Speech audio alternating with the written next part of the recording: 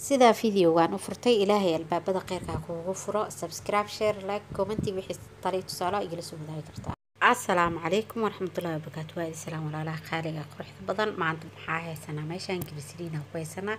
iyo qaxwa ku haystaa iyo nasha ama sidaa u taqaantiin waraango iyo waxaa ku haystaa iyo fasliinka intaas isku darsanayna korka hadii qolfo gacmaha marka alaab dhaqdii kaayay la jireen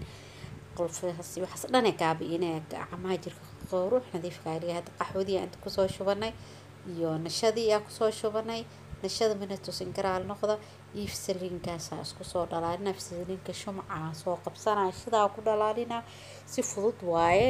waa kaasaa hadii biyo kulul oo qanta caadaysanin waxaa ku dhalaali kartaa sidaan fudud ayaa ku dhalaalsan kartaa fasliinka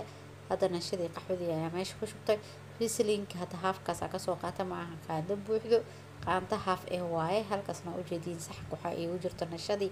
qaxwadii ay ugu jirto sidaana u soo dhalaalsanaya fasliinkeyga marka soo dhalaali waa isku qasaa gacmaha hada marsatida ku dhaa korka dhan waa marsan kartaa waa scrub inaba caadi ahayn gacmaha quruux jileec nadiif oo kaaga dhigaya hada fasliinkeena noo soo dhalaalayo waxa fiican wax walba inaad dhalaalisid hada fasliinka waa kana noo soo dhalaalay markuu noo soo dhalaala ku soo shubay marka soo shuba isku qasaya marka isku qasa si fiican isku dhaxgelina wuxuu isku noqonaya kareen inaba aan caadi ahayn ismadu isku noqonaya isku tirmaya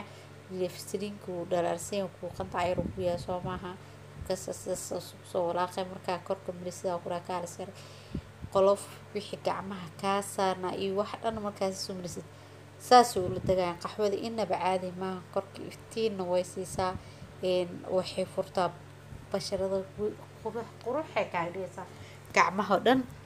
nashadana waa banqaanaa waxtarkeeda Soomaha fasliinka sidoo kale wuu jijibinaya qolfa waxa dhan gacantaana dhar lagu dhaqo taxta misdheysada waxaan rajeynayaa inaad faa'iideyso doontiin ogana faa'iido doontiin walaalihiina qaaliga dhamaantiin assalaamu calaykum waraxmatullaahi